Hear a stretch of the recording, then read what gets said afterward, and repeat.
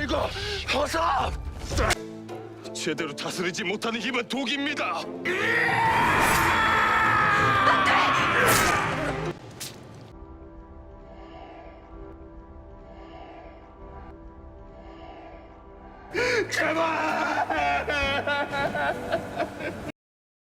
Sebelum lanjut menonton, jangan lupa subscribe channel ini.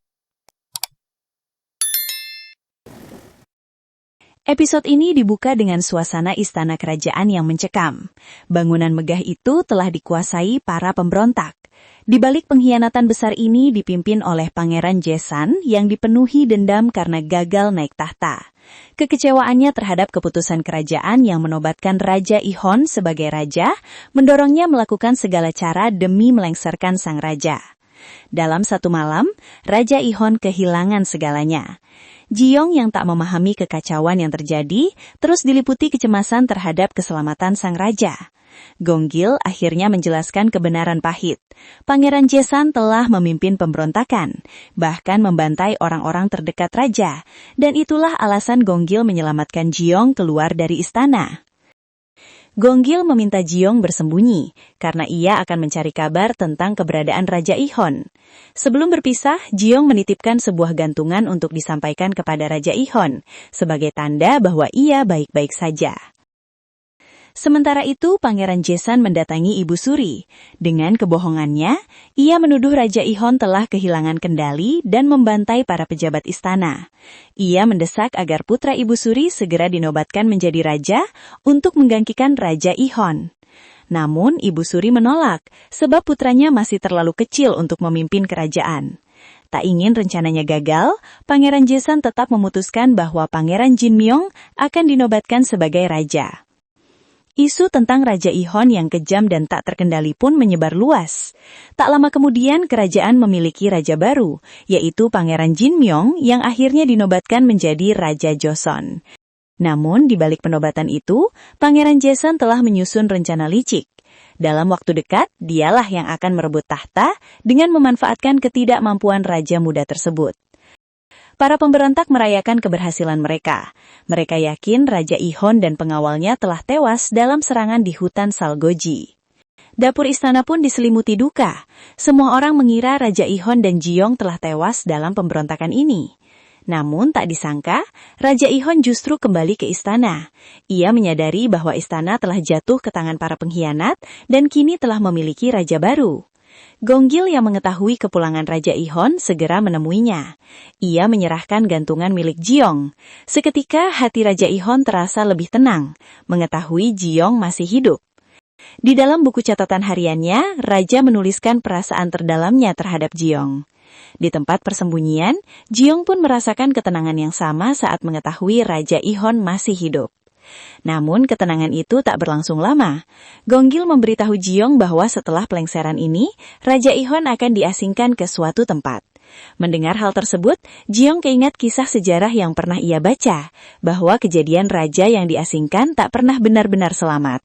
Ia pun memohon bantuan Gonggil untuk menggagalkan rencana pengasingan tersebut. Hari pengasingan pun tiba.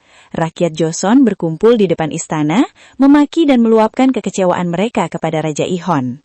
Di tengah hujatan itu, Raja Ihon teringat cerita Jiyong tentang buku sejarah yang menggambarkannya sebagai raja yang kejam. Dari kejauhan, Jiyong menyaksikan penderitaan raja dan tak kuasa menahan air mata. Kekhawatiran Jiyong terbukti. Sebelum mencapai tempat pengasingan, Raja Ihon ternyata akan dieksekusi. Tak berselang lama, Gonggil bersama pasukan yang masih tersisa segera melakukan perlawanan. Para koki istana pun turut membantu demi menyelamatkan Raja dan Jiyong.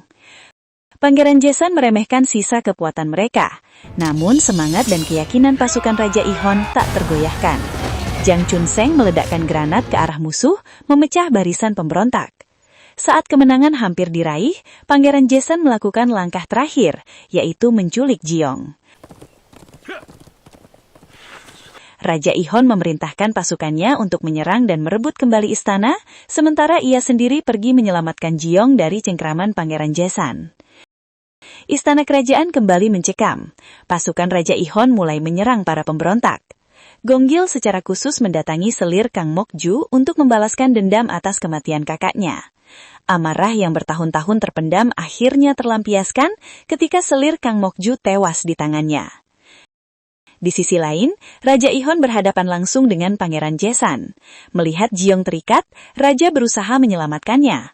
Rupanya Pangeran Jesan berencana menghabisi Raja dan Jiong saat itu juga. Untungnya, Jiong berhasil melepaskan ikatannya. Namun sebuah kejadian tak terduga terjadi. Buku catatan Raja Ihon terjatuh. Jiong mulai memahami bahwa buku Mangun Rock yang membawanya ke masa dinasti Joseon adalah buku harian sang raja. Raja Ihon meminta Pangeran Jesan untuk menyudahi peperangan ini. Namun Pangeran Jesan justru mengayunkan pedangnya untuk menghabisi raja. Melihat pria yang dicintainya dalam bahaya, Jiong mengorbankan dirinya. Tubuhnya terhempas, tak berdaya. Di saat-saat terakhirnya, Jiong mengungkapkan rasa cintanya kepada Raja Ihon. Raja Ihon tak kuasa menahan kepergiannya.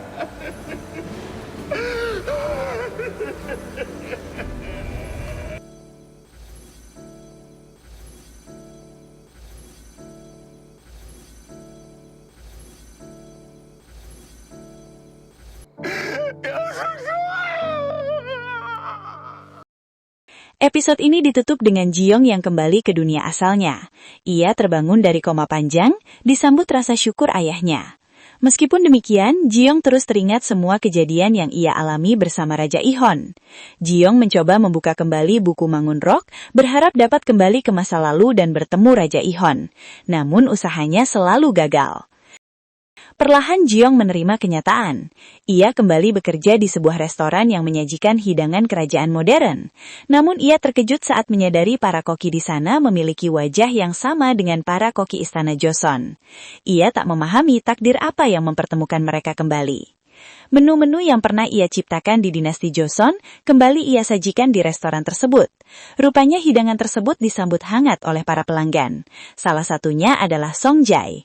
Jiong tak henti tersenyum, seolah takdir memberinya kesempatan kedua. Namun kejutan terbesar belum berakhir. Di hadapannya muncul sosok yang paling ia rindukan, yaitu Raja Ihon. Kali ini sang raja yang datang ke dunia masa depan.